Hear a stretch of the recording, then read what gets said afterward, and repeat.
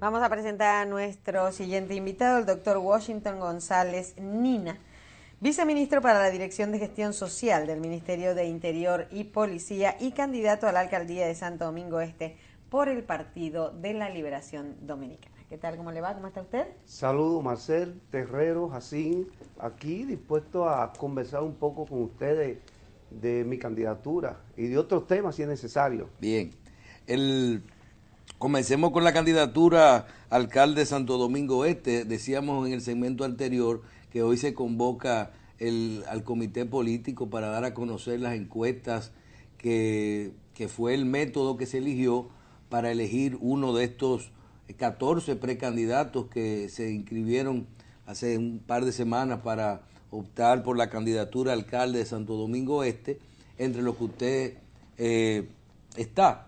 Hablen un poquito de este proceso, cómo estuvieron sus actividades este fin de semana y cuándo se realizaron las encuestas.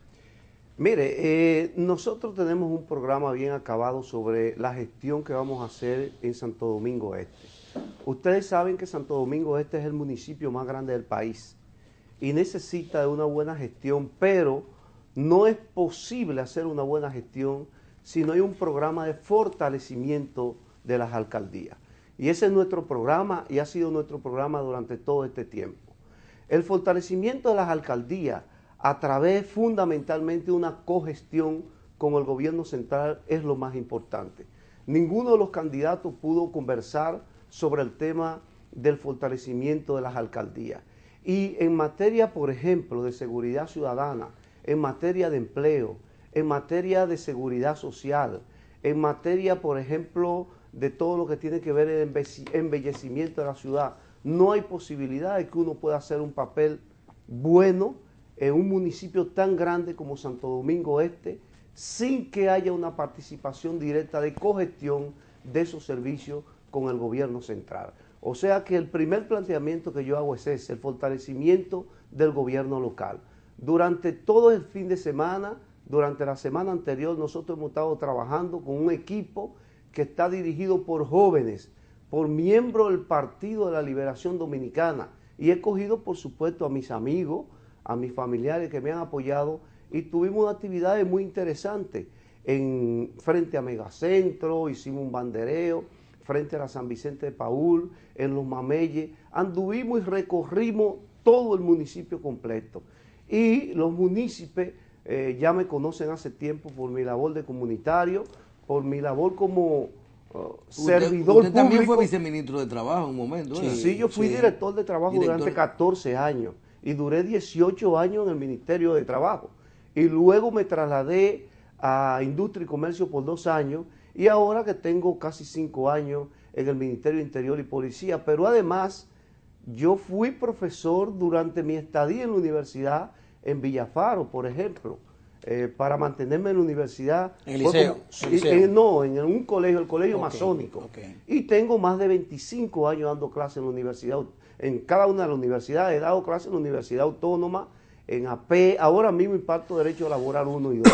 O sea que a mí me fue muy fácil hacer mi campaña en el municipio de Santo Domingo Este porque tengo más de 31 años viviendo ahí y ya me conoce todo el mundo, como servidor público, como deportista y como maestro.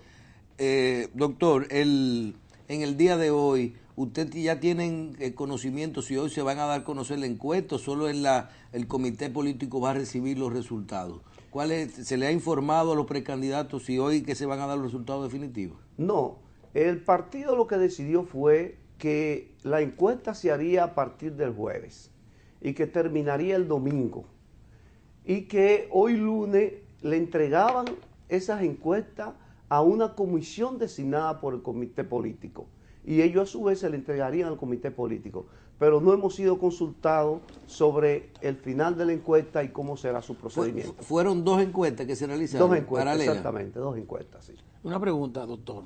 Salió una información en los medios, en algunos medios, no sé, no lo he visto en los medios físicos, pero sí en los electrónicos, en que hubo algún impasse, supuestamente, solamente para verificar si eso usted tiene conocimiento, si lo oyó o si no es verdad.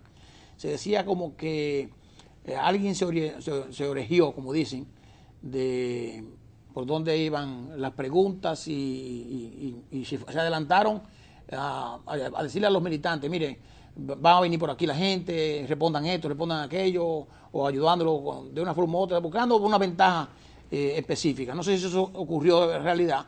Y ahí mismo me dice si puede haber una posibilidad, si pudiese haber, de que no fueran ninguno de los 14. Lo primero es lo siguiente. Déjame ponerte un ejemplo de lo que me pasó. A mí me llama una compañera y me dice, Washington, dicen que los encuestadores están en la calle Cuarta de los Mameyes. Exacto. Bueno, pues nosotros inmediatamente comenzamos a averiguar. Y a los 10 minutos, esa persona que supuestamente había dicho que los encuestadores estaban en los Mameyes, fue por allá a decirle que si nosotros le teníamos algo para darle, porque él había hablado con un grupo de personas para que hablara por nosotros. Aparece de todo tipo de personas, ¿eh? De todo tipo de personas aparece. Claro.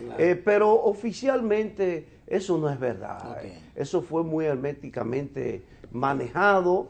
El partido ha hecho un procedimiento que nosotros mismos desconocemos, cada uno de nosotros. Nosotros no estábamos seguros ni a qué hora iban a hacer encuestas, ni cuándo iba a ser encuestas, y dónde, y cuándo iban a entregar los resultados. Y mucho menos la pregunta. Y mucho menos la pregunta, eso es absolutamente imposible. Y en ese grupo de precandidatos, que son 14, ¿están el ánimo entre ustedes, están todos de acuerdo con acatar los resultados de esta encuesta y a su vez del Comité Político del Partido de la Liberación Dominicana y de inmediatamente adherirse a que los demás se adhieran al ganador en este proceso? Incluyendo si no fuera uno, vuelvo insisto, si no fuera uno de los 14.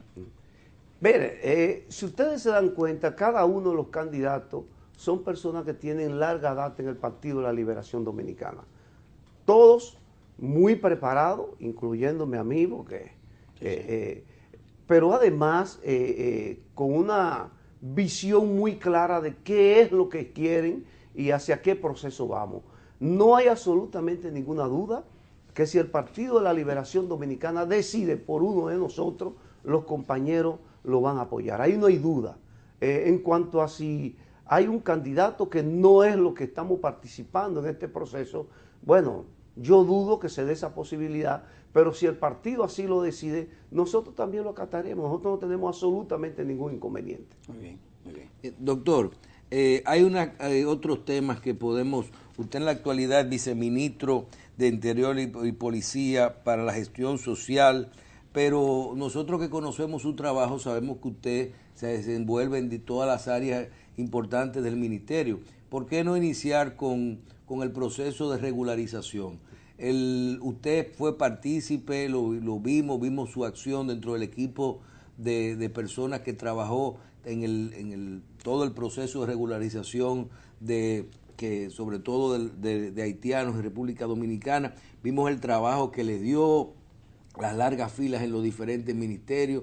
Y la semana pasada vemos que ahora mismo tenemos ciertos problemas en Haití. Se ha hablado con esta parte de que ahora están los controles necesarios para en las fronteras dominicanas y para poder controlar cualquier situación que se dé en el vecino país. Lo primero es lo siguiente: el proceso del Plan Nacional de Regularización de Extranjeros terminó exitosamente. Se inscribieron más de 288.466 y de eso ya hay 239.000 que nosotros lo mencionamos que recibieron su carnet, que tienen su carnet ahí en nuestras oficinas, pero además ya cerca de 200.000 lo han retirado. O sea que ese es un proceso que terminó exitosamente. El proceso de regularización, así como el reforzamiento de la frontera, es un proceso de reorientación de la política migratoria del gobierno. O sea que no tan solo se circunscribe a la parte de regularización o también a la parte de la ley 169, sino que es un proceso de reorientación de toda la política migratoria del gobierno dominicano. En ese sentido, ya se determinó hace un tiempo, el presidente de la República lo determinó, un reforzamiento en la frontera, que el Ejército Nacional y el caso de la Dirección General de Migración ya han garantizado que toda la frontera que es muy vulnerable, tendrá la seguridad necesaria para la entrada y la salida. Doctor, su vasta experiencia en el Ministerio de Trabajo nos da la oportunidad de nosotros tratar temas tan difíciles en ese ministerio, que por demás ha sido un ministerio que se ve como, para mí, como la Cenicienta, donde no hay quizá un presupuesto adecuado, donde no tienen un personal adecuado para la vigilancia del tema de la seguridad social, y más con los temas del derecho laboral. En su experiencia, que tuvo, ¿cuántos años dijo en el ministerio? 18 años. 18 años en el ministerio. O sea, varios gobiernos en el ministerio, trabajando como profesional. Con los temas del Código de Trabajo, las modificaciones que hay planteadas, los problemas con las centrales sindicales, los conflictos con los trabajadores, con los empleadores. ¿Usted cree que realmente va a haber un acuerdo para modificar el código tributario, el código laboral? Mira, lo primero es lo siguiente. Con el Código de Trabajo de 1951, Código de Trujillo, que fue modificado por el Código de Trabajo del 1992, tuvo que transcurrir un gran tiempo y en ese proceso vinieron varias modificaciones, porque así lo exigía la sociedad que teníamos. Ahora ya desde el 1992 a la fecha ya tenemos casi, vamos a decir, 18 años, 19 años, y ya merita realmente una modificación. Pero la modificación del Código de Trabajo siempre tiene que ser con la esencia propia de lo que es el derecho laboral, que es el fortalecimiento de los derechos laborales. Y el Código de verdad que necesita una modificación, pero ese acuerdo tiene que ser un acuerdo en base al fortalecimiento de la protección de los derechos de los trabajadores. No podemos ahora volver atrás con un código muy moderno que tenemos y que tiene sus debilidades. Y esas debilidades tienen que reunirse empleadores y trabajadores a corregirlas. Y no puede ser exclusivamente de una de las partes.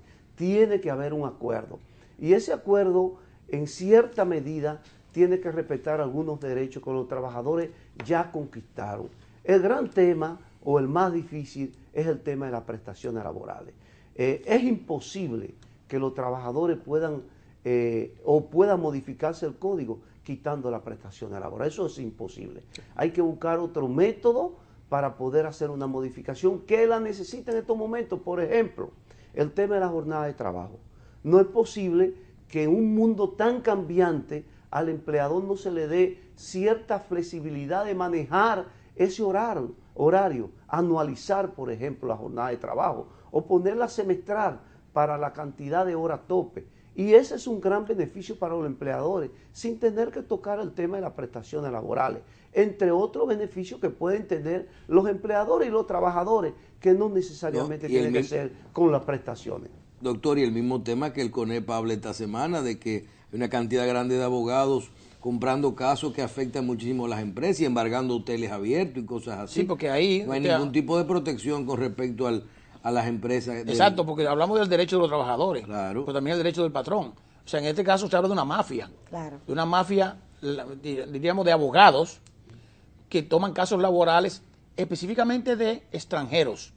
La pregunta es ahí, a una persona con experiencia en ese ministerio, para complementar lo que dice Michelle, ¿cómo se puede defender un patrón que aporta, paga seguridad social, le paga a un empleado que no tiene papeles y que después busca un abogado y me demanda por derechos laborales? Te voy a hacer un comentario muy sencillo. Por ejemplo, hay empleadores que se descuidan con el pago a la seguridad social. Tan solo basta que un abogado sencillamente asesore a un trabajador y le diga que busque una certificación en la seguridad social. Sí, pero esos son a los que pagan seguridad social, porque si es un haitiano que no tiene papeles, ese no paga seguridad social. Bueno, pero hay otros aspectos, por ejemplo, ¿cuál es la culpa? Digo, perdón, y dice haitiano, no, digo un extranjero. Bien, sí. ¿Cuál es la culpa? ¿Es del empleador o es del trabajador el hecho de que no esté la inscripción en la seguridad social? Habría que hacerse esa pregunta. Yo como laboralista te voy a contestar lo siguiente. Si yo soy abogado de una de estas personas que no estoy ejerciendo, si soy abogado, yo busco una certificación de la Seguridad Social de que no esté inscrito y con eso basta para poner una dimisión. Entonces, ¿qué es lo que está pasando? Bueno, que ese abogado le compra el caso al cliente, que es el trabajador, le dice, mira, yo te voy a dar 5,000 pesos. Le hace una sesión de crédito, se va y hace una demanda en el tribunal y él sabe que va a ganar más de 20,000 pesos. El trabajador nunca aparece, no aparece más. Sí, Jamás aparece. Ya ganó su caso. Ya tiene el caso ganado el abogado y después viene lo temerario. Y ahí es donde debe de corregirse. Ahí es donde está el problema. Sí. ¿Cómo nosotros podemos controlar a esos abogados temerarios que teniendo una sentencia o no teniéndola, embargan? Yo te voy a decir una cosa. ¿Qué hago yo embargando una empresa? Te voy a poner un ejemplo. Solvente. Cuando yo tengo una sentencia y no he adquirido la autoridad de la cosa irrevocablemente juzgada. O sea que todavía hay posibilidad de seguir el procedimiento en el tribunal. ¿Para qué lo embargo? Claro. Si yo tengo mi crédito garantizado, porque el problema es cuando tú embargas, cuando tu crédito no está garantizado. Exacto. Entonces tu crédito está garantizado, pero es que esos abogados mayormente, hay un laboralista que le llamó abogado Mao Mao, que son personas que están en la calle buscándosela y hacen de todo. Tenemos que buscar una fórmula para resolver ese problema, porque lo que necesita este país es una seguridad de inversión, y eso afecta a la seguridad de inversión. Ahora, ahí, en ese tema, entra lo que yo decía del problema de ese ministerio. Por ejemplo, ustedes tienen, usted fue director de trabajo, se llaman inspectores, que son los que andan en el día a día en la calle verificando el cumplimiento de los patrones con la ley de seguridad social. Muchas veces, de años anteriores, se decía que esa gente se compraban, que tú le dabas 2 pesos, que el seguro social, y se iban y te arreglaban los casos. Eso ha ido mejorando sustancialmente. Pero lo que tenemos ahora es un problema de que tenemos pocos inspectores. Entonces no pueden abarcar, no pueden llegar a verificar esa ilusión y esa evasión que hay en el sistema de seguridad social. ¿Cómo se resuelve ese problema? Déjame decirte algo. Los inspectores de trabajo son los únicos funcionarios, o los funcionarios más viejos, e ingresar a la carrera administrativa. Ellos no pueden ingresar si no hay un concurso de oposición. Eso quiere decir que están cualificados y calificados para el puesto. En consecuencia, el tema de la calidad de ellos es incuestionable. Ahora, el tema de la cantidad sí puede ser un gran problema y eso es fácil de resolver. O sea que nosotros, en cuanto al Ministerio de Trabajo, tenemos un buen rating. El Ministerio de Trabajo ha funcionado muy bien, sigue funcionando bien, porque el inicio fue bueno a partir del 92 y eso tiene esa gran garantía. Doctor, en el Ministerio de Interior y Policía, nosotros vemos el trabajo que se hace controlando las armas de fuego, las bebidas alcohólicas, la delincuencia, con los trabajos con la policía. Hace un par de semanas, basado en unas estadísticas que nosotros hicimos un comentario aquí, decíamos, hay que separar lo que son las cosas. Decíamos, si tú tienes 10 casos de algo y se convierten en 8, no quiere decir que esos 8 no hay, pero cuando dicen que una cosa, vamos a ver realmente las estadísticas. O sea, el hecho de que un caso le ocurra a una persona en Naco o le ocurra a una comunicadora es más alto, pero sigue siendo un caso de... El ministro se expresó, nosotros le dimos nuestro apoyo porque entendemos en qué él se basó para estas declaraciones, pero realmente el tema importante es el ministerio ayuda a la policía, estos trabajos que está realizando todos los días, lo hace, tiene recursos para poder seguir combatiendo y mejorando dentro de lo que se puede, porque por lo que vemos hay un patrón de conducta grandísimo y no son solamente 2 o 3 problemas que tiene el tema de la criminalidad. Sí, mira, el gobierno dominicano tiene 2 documentos teóricos en el tema de seguridad ciudadana.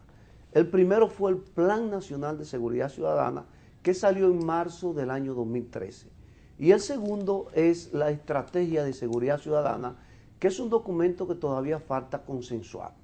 En el tema del Plan de Seguridad Ciudadana hay 12 temas y 8 de ellos son preventivos y los otros son para la persecución del delito. Pero nosotros hemos hecho una plataforma para comenzar todo este tipo de reforma en materia de seguridad ciudadana. Por ejemplo, hemos elaborado como gobierno 4 proyectos sobre seguridad ciudadana.